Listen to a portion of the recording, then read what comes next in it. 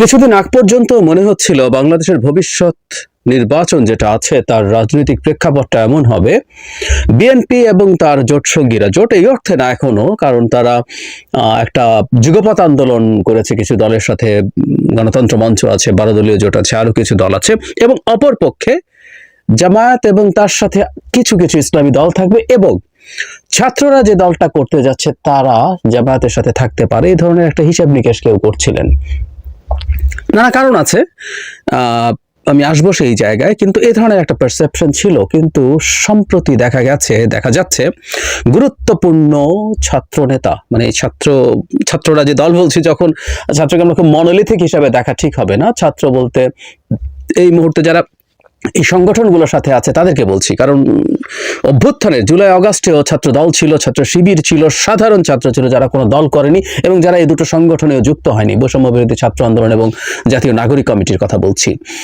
তো তাদের দলের সাথে জামায়াতের সাম্প্রতিক কিছু বিভেদের মতো দেখা যেতে পারে, এবং খুব গুরুত্বপূর্ণ 3 জন নেতা এই প্রসঙ্গে কথা বলেছেন এবং কিছু ক্ষেত্রে খুব টাফ কথা হয়েছে।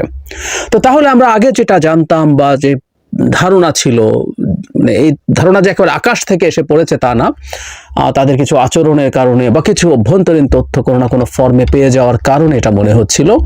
সেই জায়গা থেকে একটা বড় চেঞ্জ, ফলে জামায়াত এবং ছাত্রদের মধ্যে এক ধরনের সংঘাত দেখা যাচ্ছে।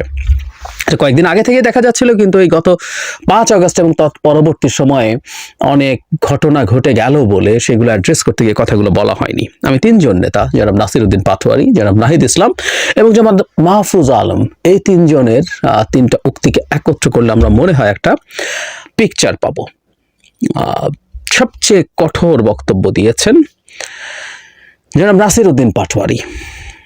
জনাব নাসিরউদ্দিন পাটোয়ারী বলছেন, মানে একটা টিভি চ্যানেলকে সাক্ষাৎকার দিয়ে, আওয়ামী লীগ এবং জামায়াতকে দিল্লির এক্সটেনশন হিসেবে তিনি অভিহিত করেছেন। তার মতে ভারতপন্থী কোনো দলকে দেশের জনগণ রাষ্ট্র ক্ষমতায় দেখতে চায় না। তার মানে আওয়ামী লীগ এবং জামায়াত ভারতের এক্সটেনশন, এবং ভারতের এক্সটেনশনের কোনো দলকে, ভারতপন্থী কোনো দলকে বাংলাদেশের জনগণ ক্ষমতায় দেখতে চায় না। তার মানে আওয়ামী লীগ না, জামায়াতকেও ক্ষমতায় দেখতে চায় না। খুবই ইন্টারেস্টিং।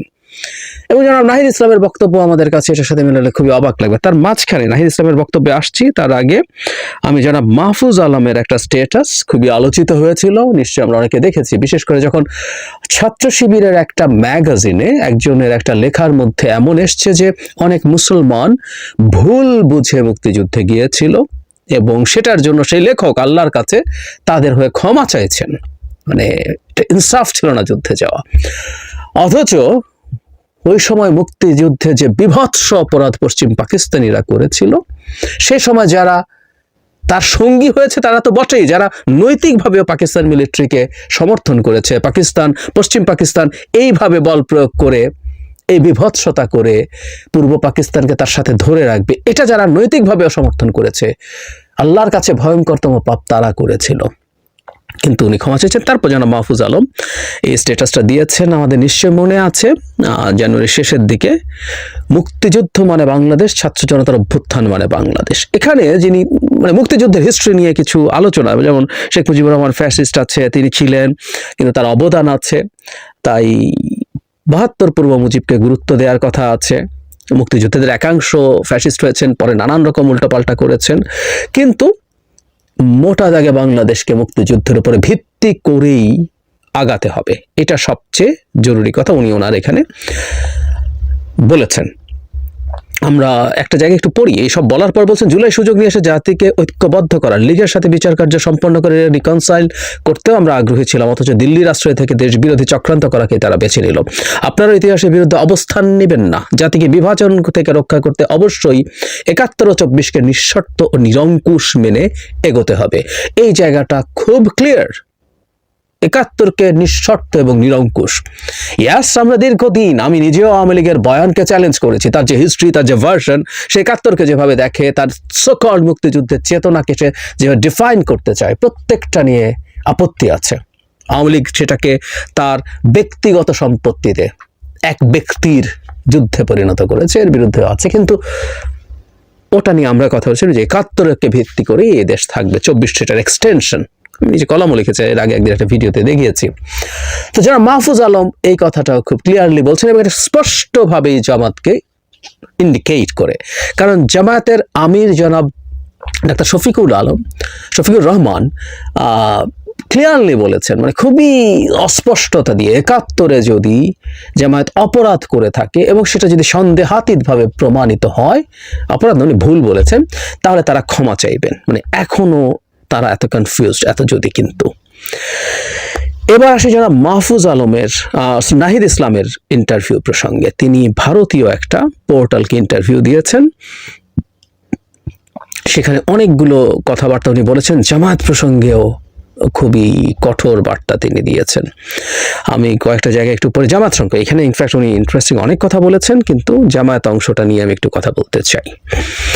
সেটা হলো এভাবে বলছে, আপনারা বলেছিলেন, এটা মূল জায়গা না, মূল জায়গাটা আমি পরে আসছি, যেখানে উনি জামাতের ব্যাপারে অনেক টাফ হয়েছে, কিন্তু এটা জামাত রিলেটেড এই প্রশ্ন, তাই এটা নিয়ে একটু কথা বলি। আপনারা বলেছিলেন ৭১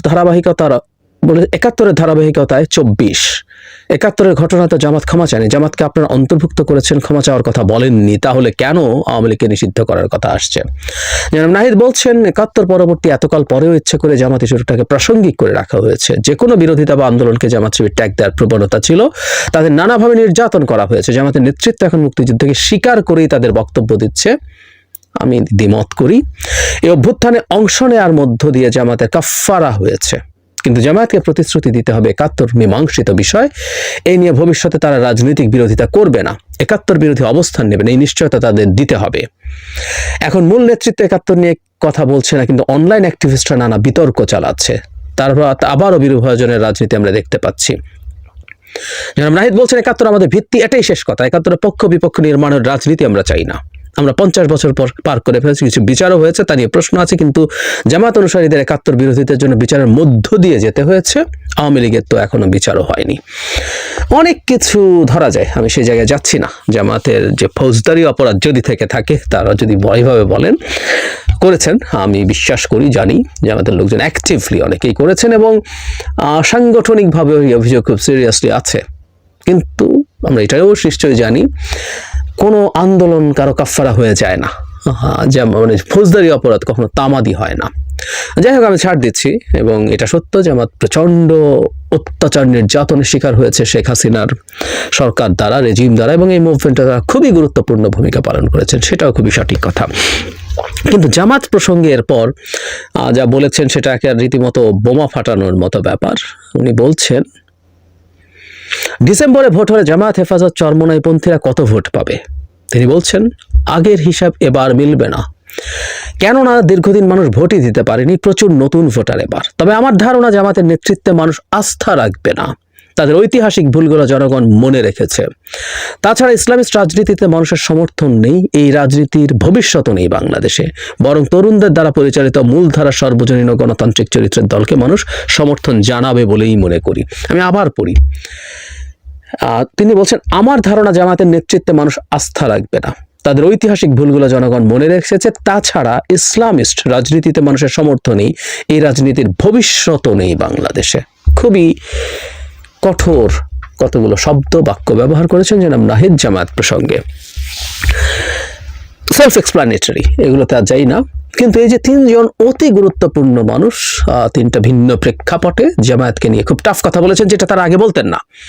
যেন মির্জা ফখরুল ইসলাম আলমগীর যখন নিরপেক্ষতা নষ্ট হওয়ার কথা বলছেন, ছাত্র উপদেষ্টারা যদি সরকারে থেকে দল তৈরি হয়, ওনার থেকে দল কাজ করবে না, তারা সরকারে থাকলেই নিরপেক্ষতা প্রশ্ন আসবে, ঠিক একই রকম মন্তব্য জামায়াতের আমির করেছিলেন কয়েক মাস আগে, তখন কেউ রিয়াক্ট করেনি। এটা হয়েছে, এবং বহু ক্ষেত্রে জামায়াতের সাথে ছাত্রদের, দুটো সংগঠনের এক ধরনের অ্যালাইনমেন্ট আমরা দেখেছি, চিন্তার, বক্তব্যের, এটা হয়েছে, ফলে এই মিল মনেই হচ্ছিল। এখন প্রশ্ন এসছে, ছাত্ররা কি জামায়াতকে তাহলে লায়াবিলিটি মনে করতে শুরু করেছে?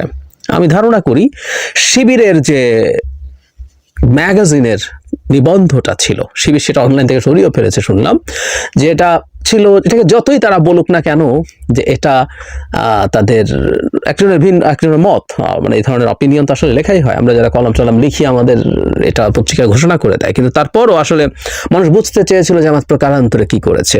সেবার যে মারাত্মক রিয়াকশন হয়েছিল, মানে অনেকে ধরে নিয়েছে শেখ হাসিনাকে ঝেঁটিয়ে বিদায় করেছে বলে 71-কে আমরা ডিনাউন্স করব, না, এটা হয় নাই। বিএনপি তার শুরু থেকেই শক্তভাবে 71-এর পয়েন্টে ছিল, কারণ তাদের খুবই গ্লোরিয়াস হিস্ট্রি আছে তাদের প্রতিষ্ঠাতার, তাই তারা এটা ব্যবহার করেছেন। জামায়াত হয়তো এটা করতে গেছে, এবং ছাত্ররাও দেখলো সমাজের প্রায় সব শ্রেণী পেশার মানুষ, মানে তাদের সামাজিক মাধ্যমে অ্যাটলিস্ট যেখানে যে মানুষগুলোকে আমরা দেখতে পাই, তারা খুব স্ট্রংলি জামায়াতের অবস্থানটাকে ডিনাউন্স করছে। শিবিরের পত্রিকা যেটা আছে খুব স্ট্রংলি করছে। যারা মাহফুজ আলম সেটাকে রেসপন্ড করেছেন, তার নিজের চিন্তা সেটা হতেই পারে, কিন্তু সেটাকে রেসপন্ডও করেছেন, কারণ উনি সরকারের জায়গায় বসে রেসপন্ড করা খুব সোজা কথা না। জনাব পাটোয়ারি তো খুবই টাফ কথা বলেছেন, জামায়াতকে ভারতের সাথে ট্যাগ করছেন, মানে এই মুহূর্তে সবচেয়ে খারাপ বদনাম, সবচেয়ে খারাপ কাউকে যদি আপনি বলতে চান তাকে ভারতের দালাল বলতে হবে। উনি যা বলেছেন এই বক্তব্যটার মানে কিন্তু ভারতের দালাল বলা হয়। সো জামায়াতকে সবচেয়ে কঠোর স্টিগমা দিয়েছেন তিনি, এবং জনাব নাহিদের কথা এটা। আমি আরেকটা কারণ আছে বলে মনে করি, সেটা হলো দেশের জনগণ জামায়াতের এই যে স্বাধীনতার সময়কার অবস্থান সেটা কোনোভাবেই পছন্দ করে না। সেটা শিবিরের ওই ঘটনার পর দেখা গেল। নট অনলি দ্যাট, জামায়াতকে বাংলাদেশের সাথে, বাংলাদেশের বিভিন্ন জায়গায় যে ধরনের ঘটনা ঘটছে, ভাঙচুর সহ যেসব ক্ষেত্রে মব তৈরি হচ্ছে, যেসব ক্ষেত্রে রাষ্ট্রের আইনের বাইরে কিছু ঘটছে, এবং যেসব ক্ষেত্রে বাংলাদেশ একটা সন্ত্রাসী বা ইসলামী জঙ্গিদের হাতে চলে গেছে বলে ন্যারেটিভ তৈরি করা যায়, সেসব ক্ষেত্রে জামায়াতকে টার্গেট করে বাইরে এবং বিশেষ করে ভারতে প্রচুর ক্যাম্পেইন হচ্ছে।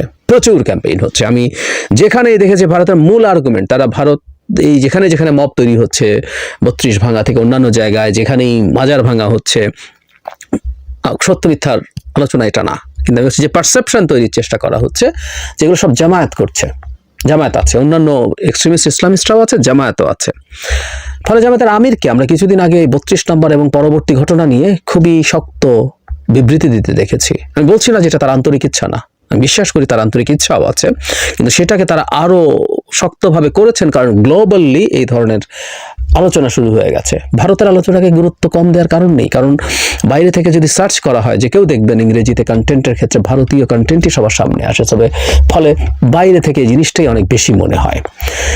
এখন যেহেতু জামাত প্রচুর স্টিগমাটাইজড হয়ে যাচ্ছে গ্লোবালি, এখন প্রশ্ন আসছে ছাত্ররা কি তাহলে জামাতের সাথে জোট করা বা এই চিন্তা থেকে দূরে সরে আসবে? কারণ এই স্টিগমা তো তাদেরকেও নিতে হবে, খুবই সম্ভাবনা আছে এটার। তাহলে সেই কারণে তারা সরছেন। আরেকটা কথা শোনা যায়, আসলে বৈষম্য বিরোধী ছাত্র আন্দোলনের বিশেষ করে জাতীয় নাগরিক কমিটি খুবই ইনক্লুসিভ হওয়ার চেষ্টা করেছেন, কিন্তু যেটা হয় বাংলাদেশে অতি ইনক্লুসিভ রাজনীতি কঠিন হয়ে ওঠে। এই অর্থে কঠিন হয়ে ওঠে যে আমরা এখনো, আমি বলেছি বহুবার যে আমরা এখনো আইডিওলজিক্যাল পয়েন্টেই রাজনীতি করার চেষ্টা করছি, নিজেদের আইডিওলজিক্যাল অবস্থান ঠিক করতে চাইছি, কিন্তু শুধু সব সরিয়ে রেখে শুধুমাত্র একটা সিটিজেন স্টেট তৈরি করতে চাই এবং একটা ওয়েলফেয়ার স্টেট তৈরি করতে চাই। ফলে আমি শুধু ওয়েলফেয়ার নিয়েই একটা রাজনৈতিক দল গড়ে উঠবে এবং কথা বলবে, আম আদমির মতো, আগেও বলেছি, সেই জায়গায় যাওয়া যায়নি। ফলে বিভিন্ন রকম মানুষ আসায়, বেশ বাম থেকে শুরু করে বেশ ডান মানুষ এর মধ্যে আছে। আমি ধারণা করি একটা ইন্টারনাল ফাইটও তৈরি হয়েছে, যে ফাইটের একটা বহিঃপ্রকাশ এখানে দেখা যাচ্ছে। এবং যদি আইডিওলজিক্যালি তারা তাদের অবস্থানকে নিশ্চিত করাতে চায়, তাহলে আমি মনে করি যে ফর্ম এবং যে স্ট্রাকচারে তারা আছেন এটা কার্যকর হবে না। যাই হোক, বটম লাইন হচ্ছে এটা, আমাদের এতদিন পর্যন্ত অনেকে যেটা মনে হচ্ছিল বৈষম্য বিরোধী ছাত্র আন্দোলন এবং জাতীয় নাগরিক কমিটি যে দল তৈরি হতে যাচ্ছে, সেটা জামায়াত সহ অপরাপর ইসলামী দলগুলোর সাথে জোটে যাচ্ছে, এই মুহূর্তে অন্তত সেটা মনে হচ্ছে না। এবং সেটা যদি হয়, আমি তাদের এটাকে, আমার ব্যক্তিগত অপিনিয়ন, ইটস মাই টেক, আমি অনেকে বলেন আমি নিরপেক্ষ আছি কি নাই, নানান আলাপ, একদিন কথা বলবো এটা নিয়ে। আমি নিরপেক্ষভাবে সব কথা বলবো তা বলিনি। মাই টেক মানে হচ্ছে আমার অ্যানালিসিস এবং আমার অপিনিয়ন আছে, এবং আমার সুনির্দিষ্টভাবে আমার কিছু রাজনৈতিক অবস্থান আছে, মানে বাংলাদেশকে কিভাবে দেখতে চাই সেই অবস্থান আছে। সুতরাং আমার আলোচনা কথার মধ্যে সেটা একটা ছাপ থাকবে, আমি একদিন এটা নিয়ে বিশদভাবে কথা বলবো। তো যাই হোক, তারা যদি জামায়াতের সাথে বা ইসলামিস্টদের সাথে জোটে না গিয়ে তারা যেটা ঘোষণা করেছেন অলরেডি, মধ্যপন্থী দল, তারা সেভাবেই তাদের যাত্রা শুরু করেন, কাজ করেন, এটা তাদের জন্য ভালো হবে বলেই আমি বিশ্বাস করি।